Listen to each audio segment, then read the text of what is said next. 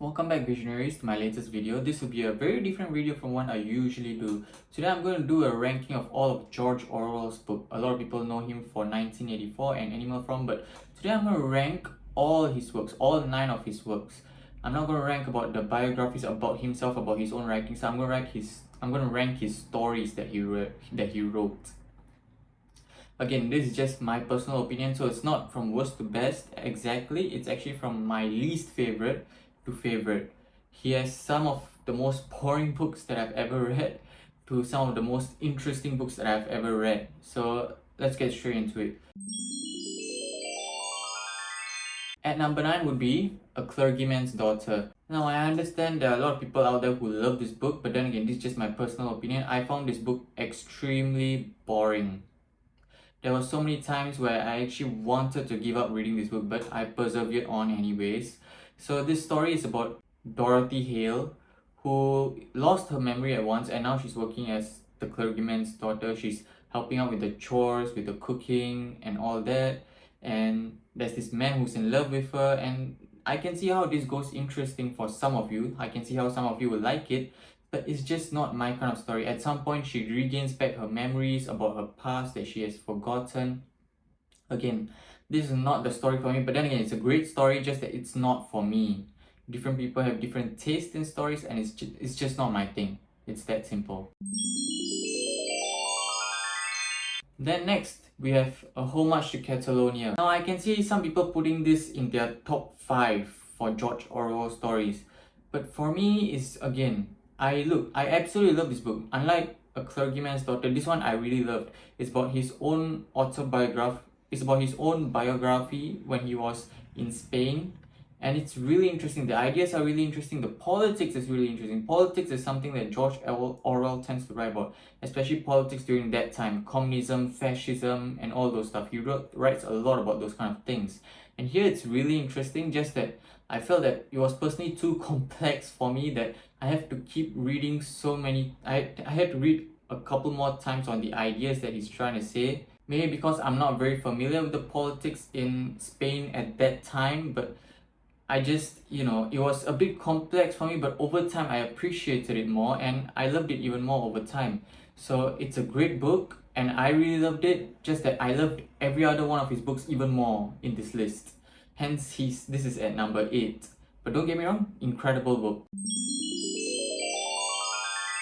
At number 7, Coming Up for Air. Coming Up for Air is about the protagonist George Bowling, who's this overweight salesperson who suddenly wants to go back to his own town because he wants to look back his own childhood. So he's trying to go back to his own town, and he has a very annoying wife.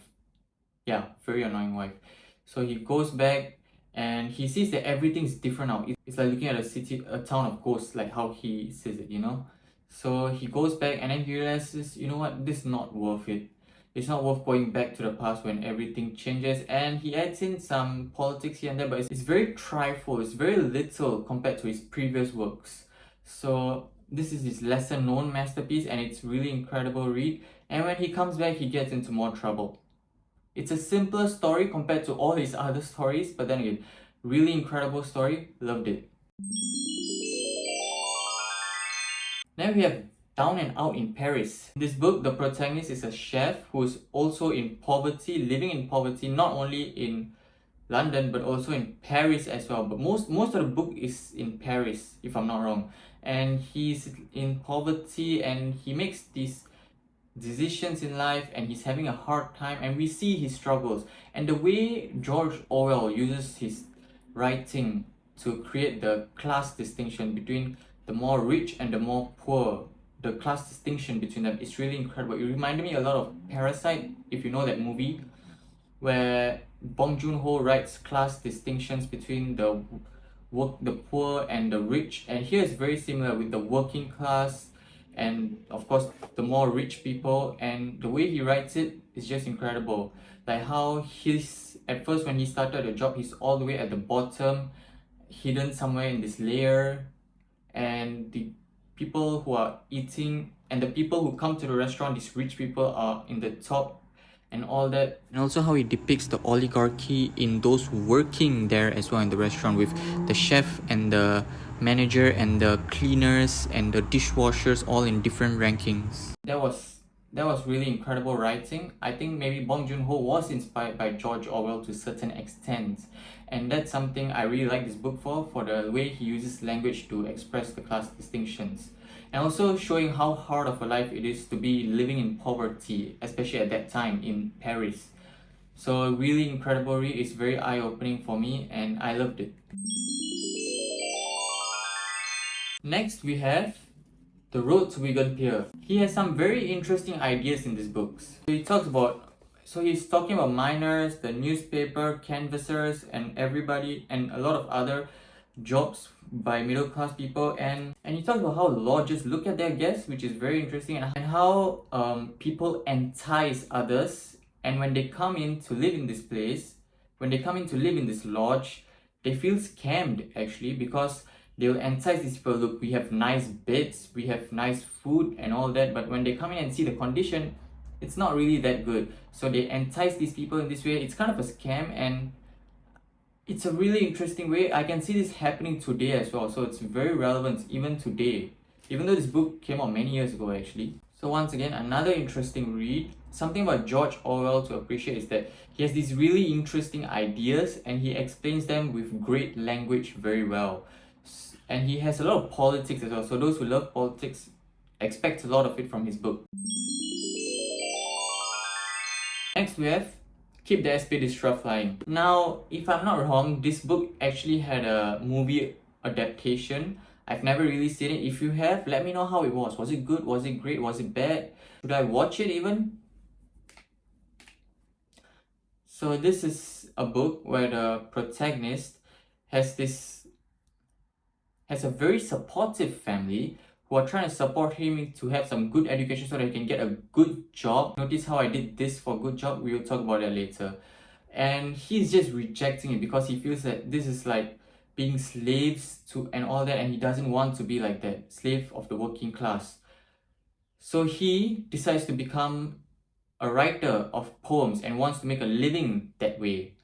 Even though he has his family members, he has his great friend Ravelstone, and this great sister of his great, relationship with this woman who's trying to push him to be better, he's just not going to buy it. He just wants to do something else, which is become a poem writer, which again is not a very realistic job, but that's what he wants to do. He doesn't want to do a good job like how everyone else chases to do.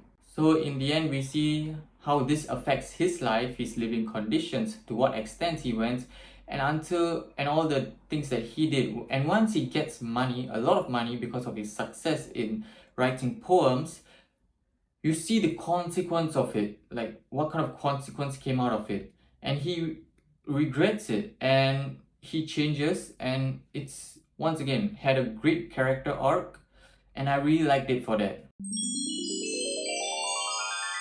Next we have Burmese Days. This was the final book of his that I read, hence there's some recency bias to it. This is another biography of George Orwell's life when he was in the police force or the military force when he was in Burma. And the politics was very interesting, especially the character of Yu Po Kin. I like villains, I like antagonists who control the situation in the background rather than just go straight up and fight. Those are my favorite kind of villains and antagonists. And Yu Po Kin fits into that category. The extent to which he pushes the doctor to, Dr. Veeraswamy, how he causes this big conflict, this big problem, this big riot even, and tries to blame it on Veeraswamy. And at the end, what happens to the character of Flory because he loses Elizabeth, and every other embarrassment that happened to him because Yu Po Kin is actually controlling the situation from the back. And that's kind of my favorite kind of villains. It's like politics. This is how politics actually works, and there's no greater depiction of politics than in Burmese Days that I've read so far in all these books. So this is the clearest way of showing how politics in the background works. So I really appreciated this book for that. Next, of course, this is a very popular book of his, we have Animal Farm. To put it simply, this book is about communism. But rather than, your typical way of writing communism with very complex ideas, yes, this had complex ideas, but it narrowed it down into a children's story with animals in a farm where the pigs are the dictators. They are the highest in the oligarchy, in the ranking of the oligarchy, and every other animal is below them. So it's really interesting how he takes the idea of something very complicated like communism and puts it into and tries to integrate it into a children's kind of story with animals in a farm. And this book only has 95 pages. It's a very short read, very fast read, so it's very interesting. And if you look at the back, he actually talks about the Soviet history when they came into power after revolution, how they did it, because that's where he took the inspiration for this story, where instead of in Soviet Union, it's in a farm. Brilliant. It sounds really dumb, but it's kind of brilliant. Then we have 1984, his final book that he wrote before his tragic passing. And this is actually kind of a warning for the future generation, how we should be careful about the future with surveillance and ideas like doublethink and all that, and how the authority will change the facts to suit them, which is something that happened in Animal Farm too. As time goes by, a lot of people are saying it. The story of 1984 is becoming more and more true as time passes by.